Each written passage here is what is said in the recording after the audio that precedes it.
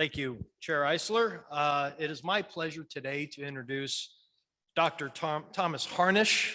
Dr. Harnisch is the Vice President for Government Relations for the State Higher Education Executive Officers Association, which is also known as SHEO. He's been there since January of 2020 and works in their DC office, where his primary leadership responsibility is planning, implementing, and coordinating SHEO's portfolio of federal relations, policy, communications, and advocacy work, as well as a new and potential federal action that has relevance to the SHEO membership. He is also an adjunct faculty member at Georgetown University and the George Washington University. And the best part is he's from the Midwest. He received his bachelor's from the University of Wisconsin-Madison, his master's from the University of Minnesota, and a doctorate from the George Washington University. He also, it's my understanding, worked for MEC back in the day. So please join me in providing a warm welcome to Tom Harnisch.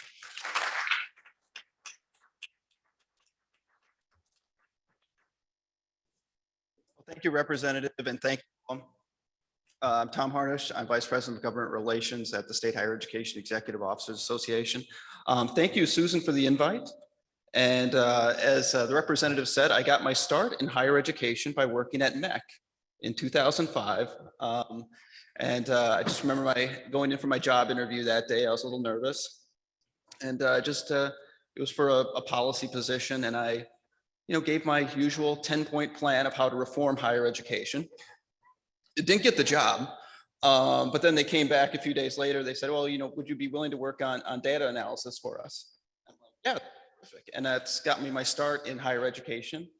And from there, my friend Dan Hurley hired me out in Washington, D.C., and that got me my start in state and federal higher education policy at the American Association of State Colleges and Universities, and now at SHEO. So great to be here, great to be in Michigan. I have some familiarity with Michigan higher ed. I wrote my dissertation. Yes, I said dissertation. That's the point where you guys. But I wrote my dissertation on the role of business leaders as advocates for higher education. And I used Michigan actually as an example of the business leaders for Michigan and all the work that they have done to help elevate higher education as a state policy priority. So I got to interview the heads of Domino's Pizza and other higher education business leaders in the state about their support for higher education. I was just struck by the pride that those business leaders had for Michigan higher education and the importance that it is for their state.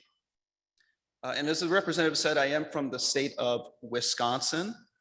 So I don't know if we have anyone here from Wisconsin, but there we are. So you have some Wisconsinites. I think you all are fully vaccinated. So if anyone wants to play quarterback for the Packers right now, we're looking for some people who are vaccinated.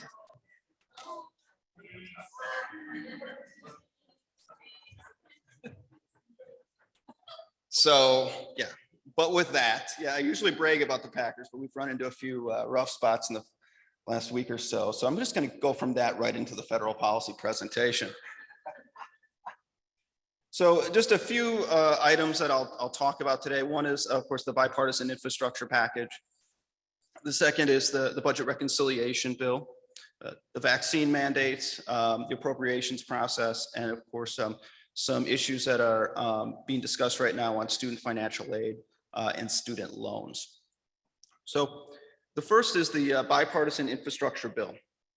And you'll notice this is a massive bill. It covers roads, bridges, tunnels, all sorts of physical infrastructure, ports, airports, et cetera. So this is a wide-ranging bill. But I only have on here broadband, and SHEO has advocated for investments in trying to address our $76 billion backlog of deferred maintenance in higher education. Unfortunately, we didn't get it in this bill. K-12 almost got it in the budget reconciliation bill for their backlog of deferred maintenance. We're going to continue to advocate for trying to bring down that large backlog of deferred maintenance and make sure that students have access to 21st century facilities in higher education. Now, on this broadband issue, I was struck the other day, as the representative said, I teach at Georgetown University, and I teach the history of higher education.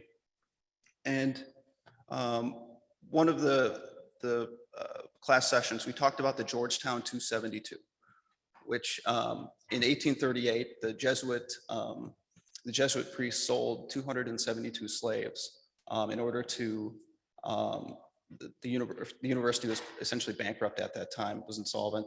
So they sold 272 slaves. And part of a project that's being done at that university right now is to find the descendants of those slaves. They were sold down to a sugar plantation in Louisiana. And we had a speaker come in who's a benefactor of Georgetown University. And his job, he's hired 8 people to look into the descendants.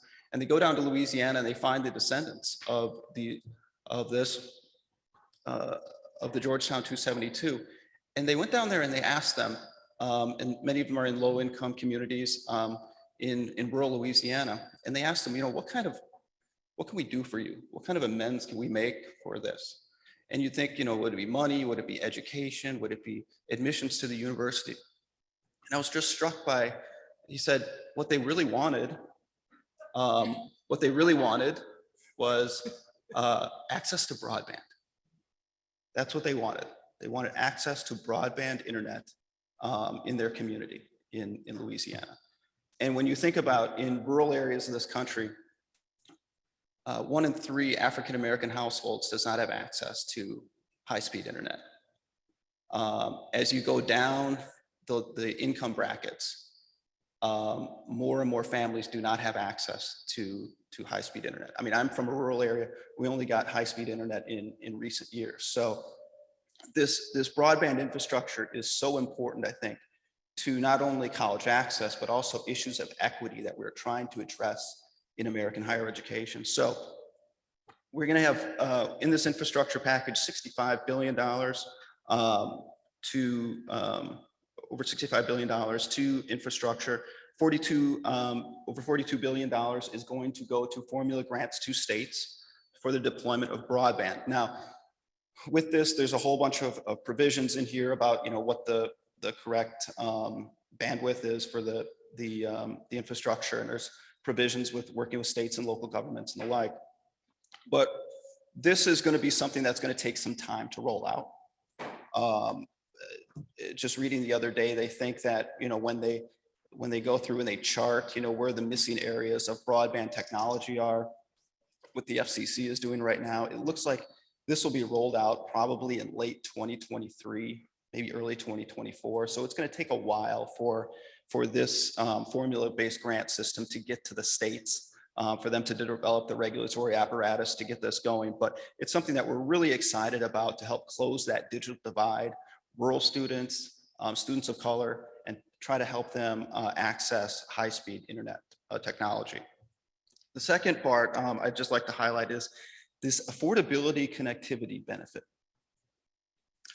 During the pandemic, there was a provision in one of the, I believe it was the American Rescue Plan, that was a $50 voucher for low-income students and low-income families to access the internet.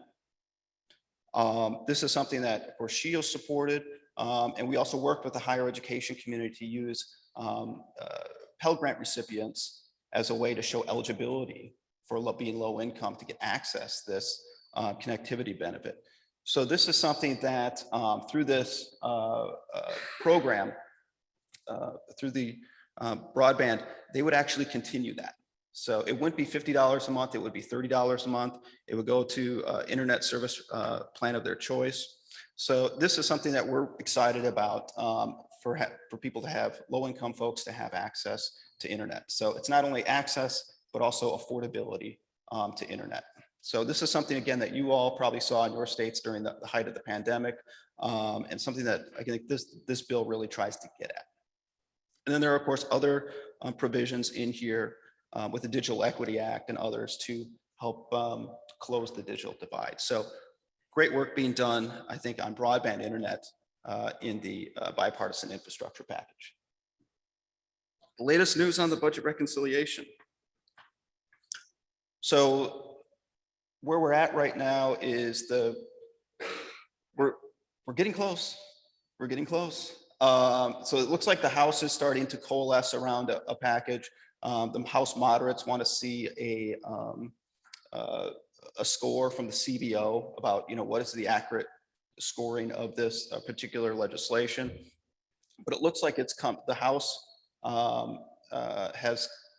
they passed the bipartisan infrastructure bill, so the progressives don't have that leverage left, but they're entrusting, I think, the moderates, once they receive that scoring from CBO, that they will come along and ultimately pass this out of the House of Representatives. On the Senate side, it looks like there could be some tweaks in it on the Senate side, but we ultimately think that Senator Manchin and Senator Sinema will come along with the White House. I think once the House passes it, there's going to be a lot of pressure on the Senate to get this thing done. We're running into Thanksgiving and of course the holidays. So I think there's going to be a lot of pressure on the Senate once the House gets done with this to get this bill passed. So that is where we're at on the budget reconciliation bill. A few provisions I would just highlight in the budget reconciliation bill. The free community college, you'll notice that that's X'd out. Pell Grant increases, changes to financial aid policies, completion grants, teacher prep. There's a lot of things in here for higher education. Now, is it at the levels that the president laid out earlier in the year? No. Is it at the levels that the House laid out in the fall? No. But it is still a substantial step forward for American higher education. So a few provisions, and this is just our statement in support of this package. So with the American College Promise, so this has been taken out of the bill. This provision was the free community college provision, and the crux of this provision was essentially they would give, based on the median community college tuition in all the 50 states. So they would go through the 50 states, look at their median tuitions, and then find the middle one. It was between $4,600 to $4,800 of what the federal grant would be per student. And they would basically say, okay, we're going to give you this amount of money, and then in exchange, you have to take your tuition rates down to zero. So that, and there was other provisions in there about mandating transfer in K-12 and the like, but that was kind of basically the crux of this.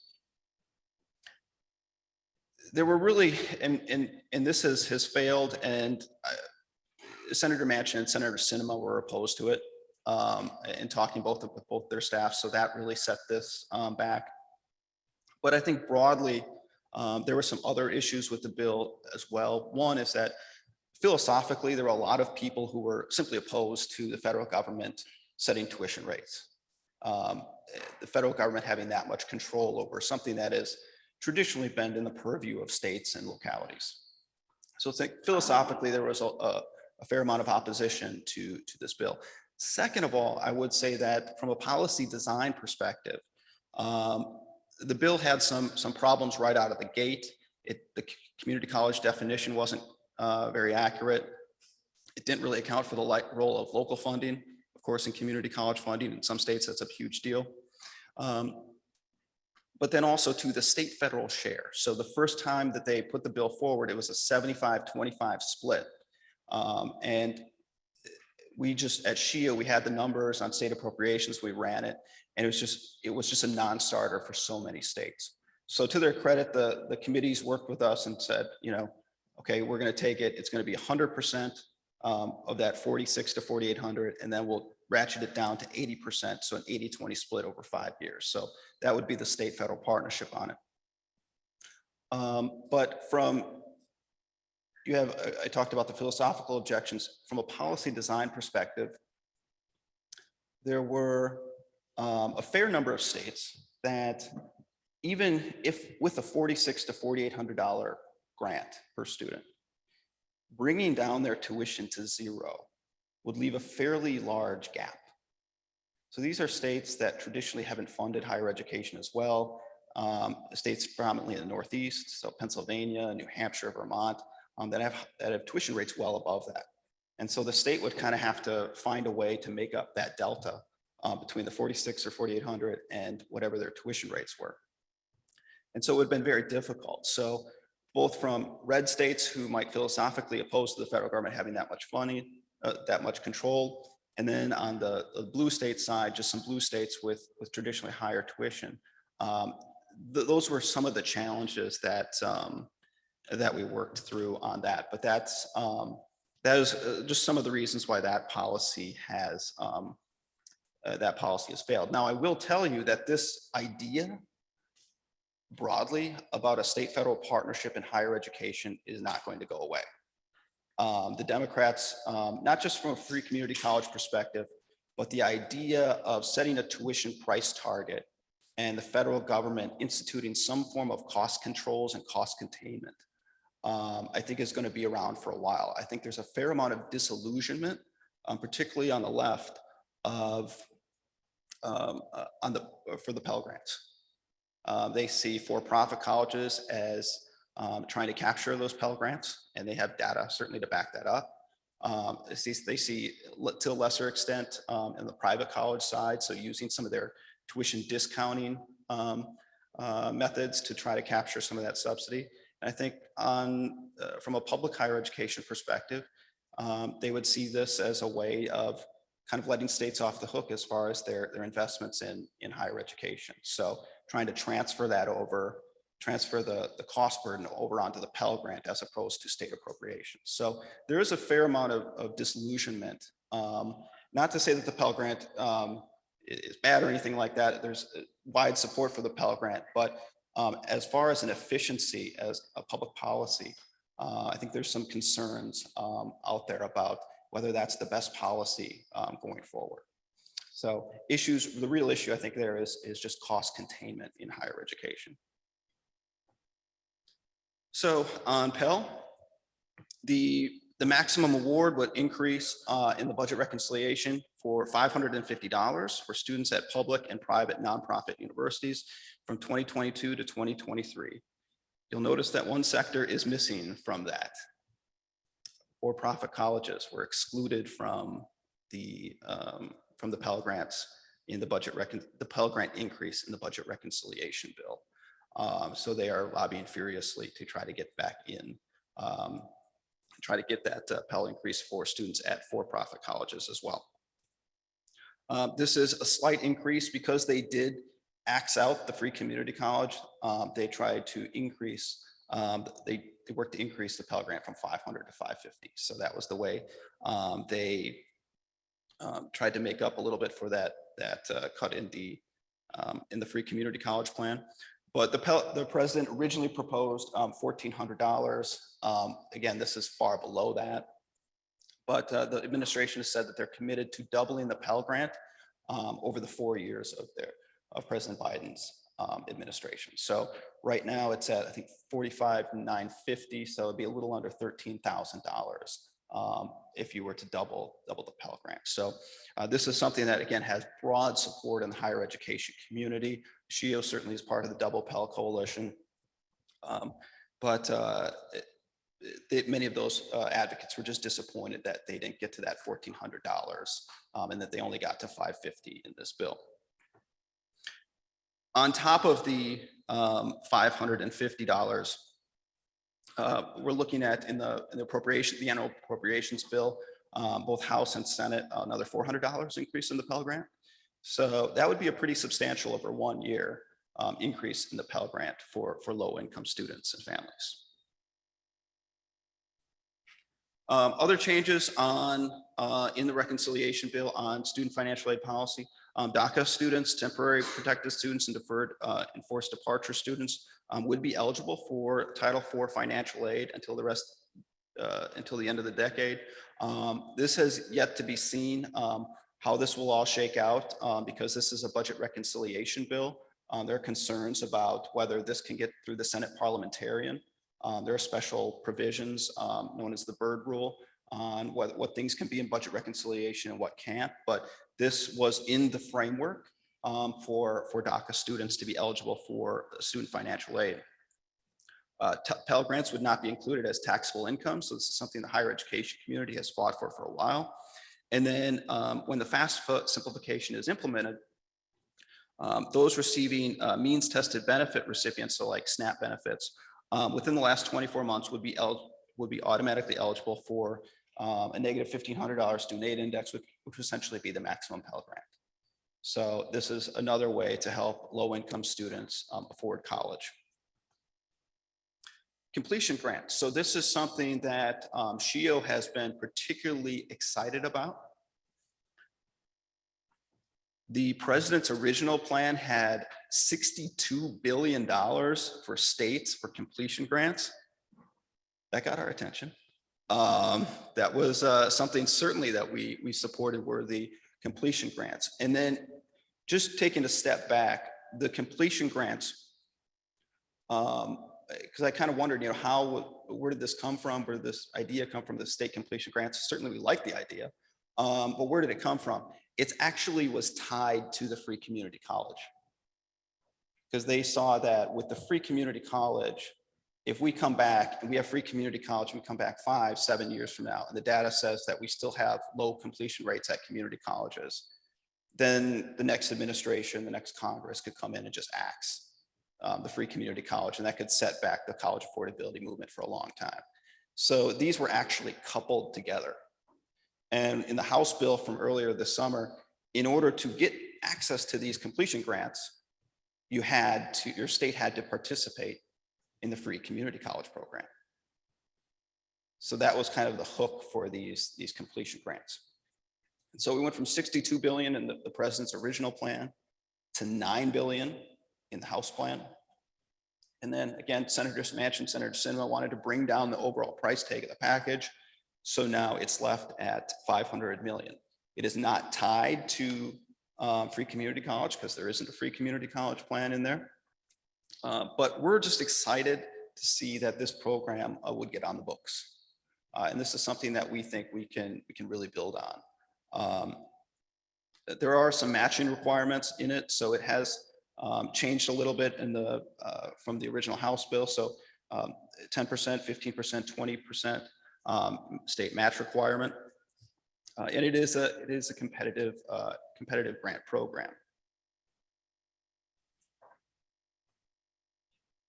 And then these are just some of the completion grant requirements. So this is something, again, that SHIO has been very supportive of. What are some of the evidence-based reforms and practices? Well, this is just a list of the evidence-based reforms and practices that are included in the framework for this for these completion grants.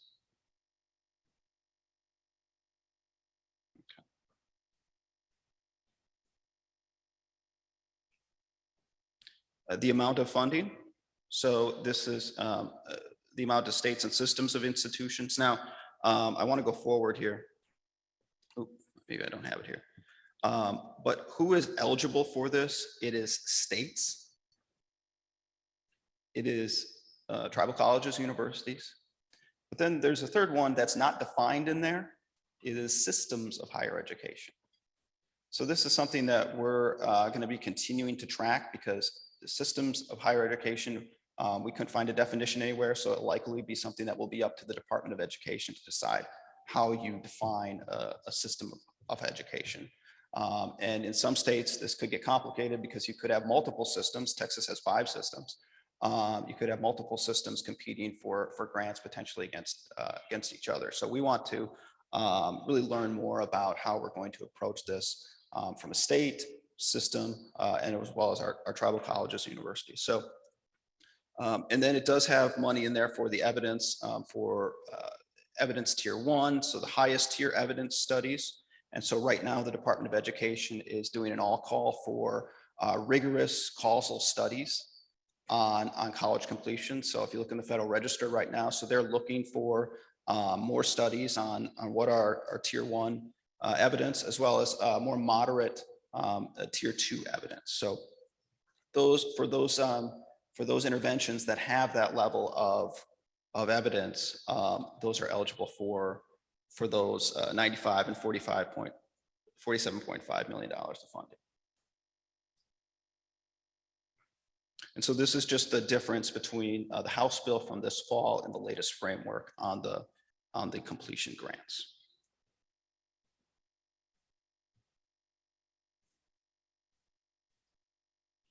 Teacher preparation. So this is something that SHIO is certainly supportive of with the K-12 community. We believe that we need to have a strong teaching core. In talking with our SHIOs, there's certainly concern, not just that the number of students coming up through the traditional teacher pipeline, but also just the diversity of teachers, and that the diversity of teachers don't often reflect the diversity of their communities today. So we'd like to see investments in these teacher preparation programs. Some of these programs have been on the books for a while, like the Hawkins Center for Excellence, which is at HBCUs and increasing the diversity of teacher pipeline. That's been on the books for since 2007 or so, but it's actually never been funded. So we're excited just to get some funding going for some of these teacher preparation programs.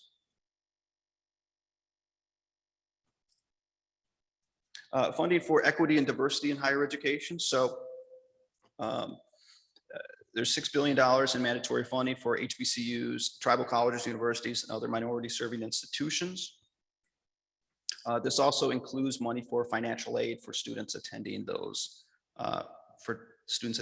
institutions. So this is part of the administration's core commitment to not only reforming higher education, but also increased equity and diversity.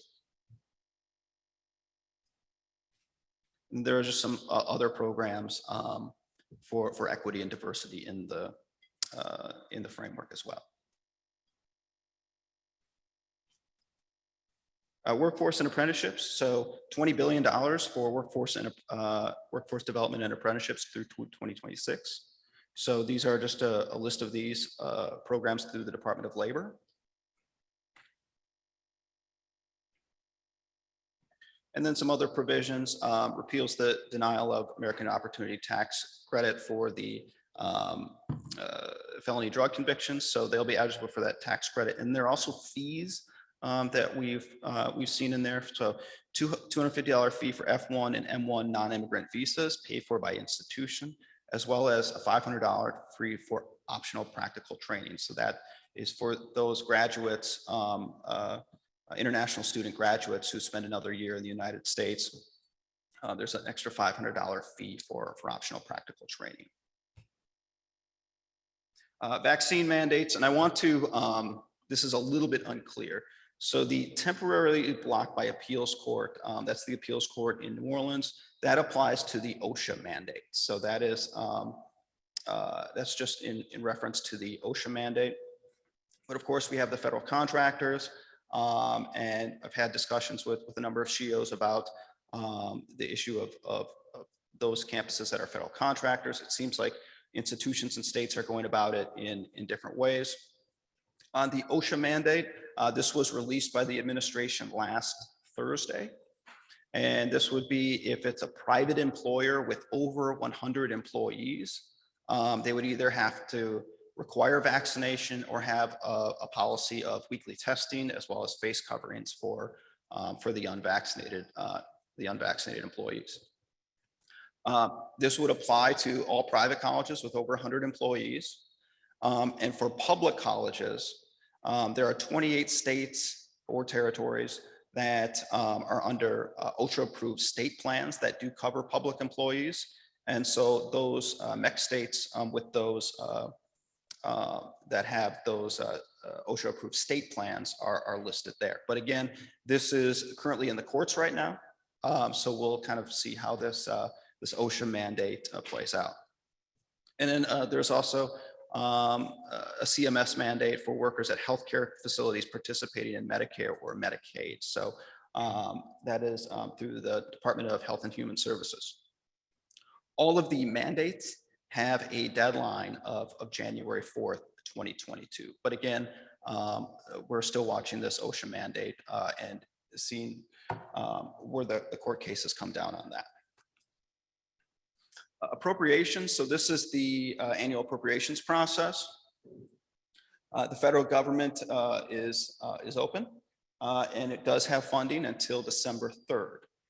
We are under a continuing resolution because the federal government is on a October 1 budget. So they continued funding for the federal government at current levels until December 3rd. We do not think that they're going to get to a federal budget by December 3rd. We also don't think that there's going to be a shutdown. We do think that they're going to have another continuing resolution to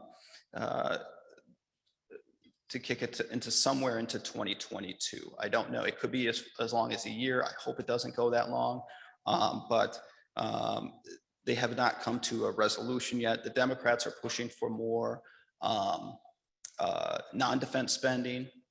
Republicans want to have an equal split between increases in non-defense spending and defense spending. There's also some controversial policy riders that Republicans would like to see out of the Democratic bill. So this is something that's going to have to be negotiated in the weeks and months ahead.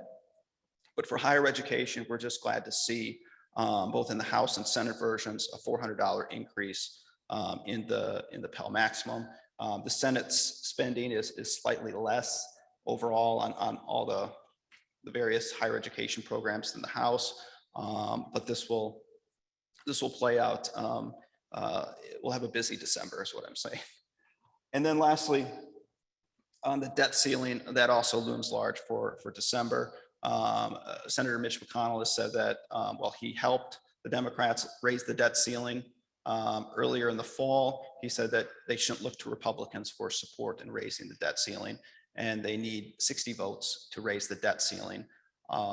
And the United States, of course, we've had government shutdowns in the past, but we've never had a government default. And that is something that we certainly want to avoid because that could be an economic catastrophe. So we'll see, where that comes down on the debt ceiling in December. On student loans and financial aid, so the pause on student loans will expire on January 31st, 2022. The administration has already said that there will not be any more extensions beyond January 31st, 2022. On student loan forgiveness, so the administration is getting a lot of pressure from progressives right now on forgiving student loan debt. So we have, I think, $1.6 trillion of student loan debt. And the progressives would like to see the administration either wipe it all off, which would, of course, be extremely expensive, or do 10,000 or 50,000 in some cases of kind of broad student loan forgiveness.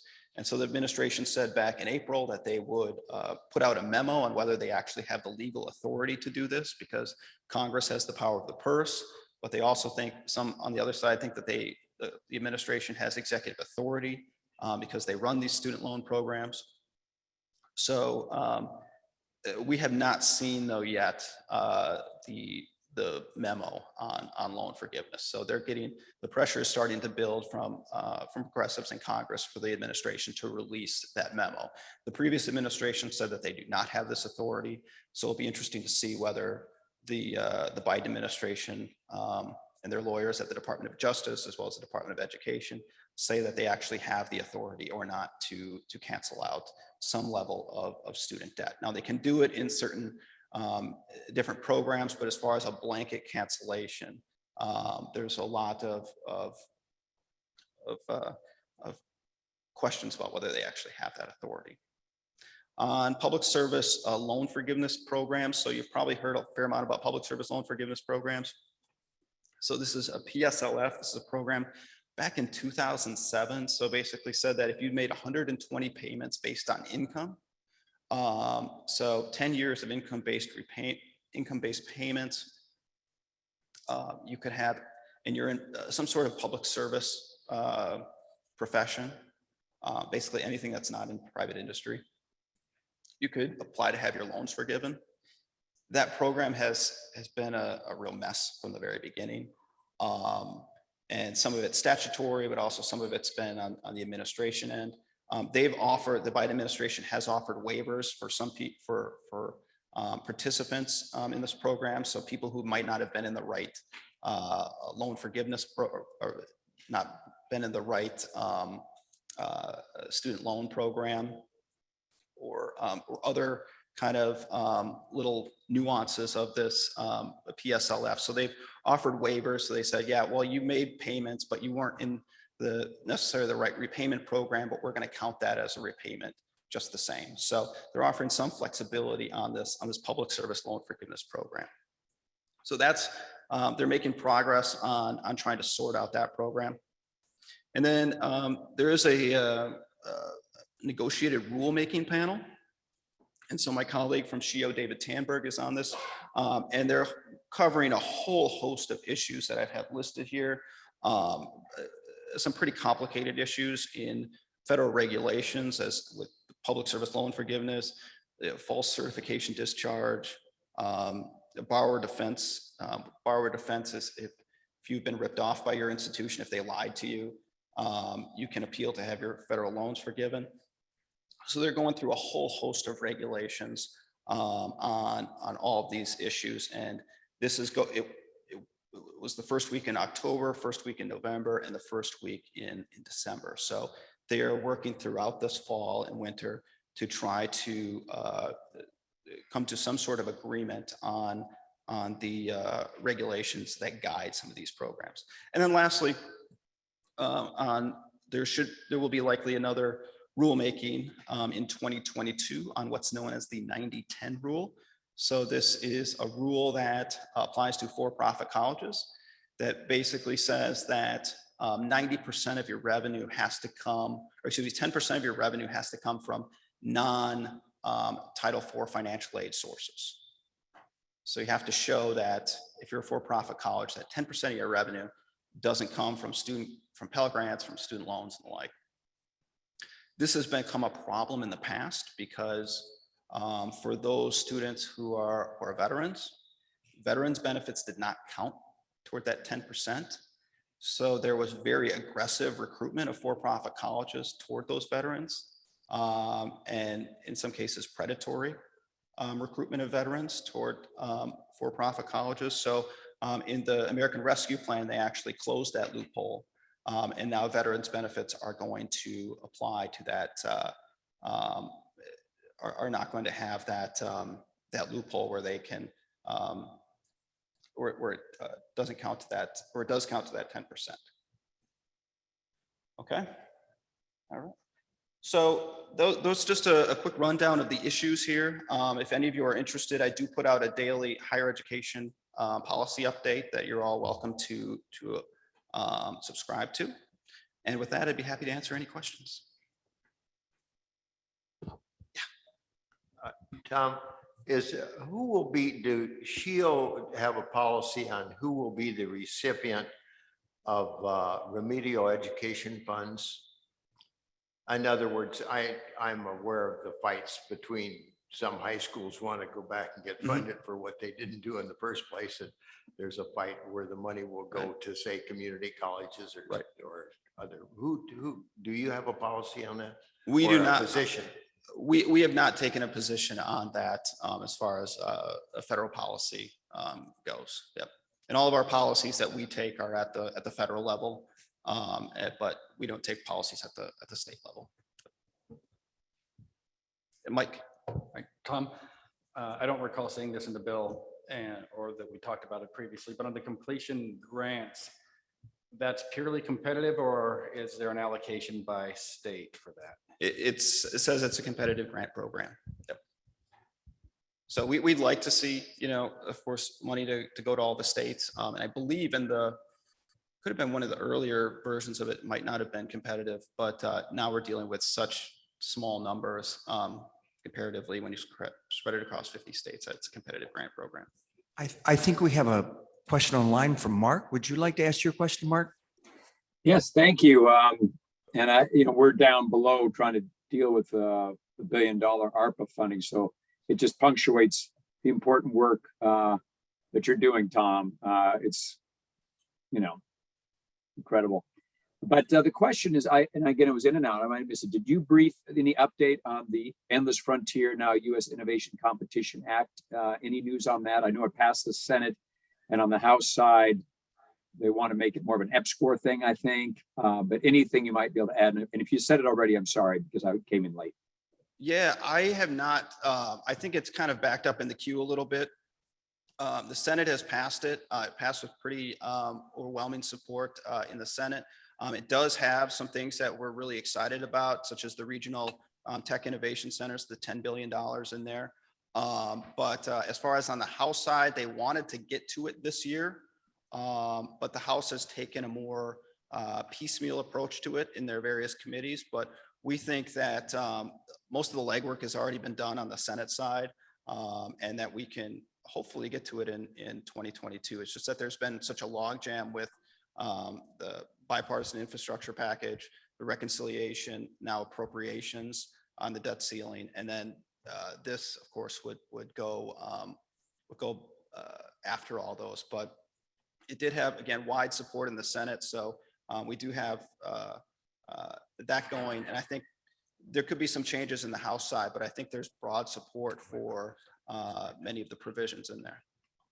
Yeah, well, I just encourage, MEC to keep an eye on this because it remakes the National Science Foundation, the National Science Technology Foundation. It's the biggest infusion research, a lot around digitization, but also it can lead to a real poaching problem. You think about inflation in concrete steel, think of inflation and the battle for key researchers. So we're already trying to get several of our states, neighboring states, together to start to think about how we would react to this and with our tribes, because our gut feeling is we think it might happen sooner rather than later because it gives the Democrats a victory that the Republicans will probably vote for. So, but yeah, if you hear any, we appreciate any update. Thank you much.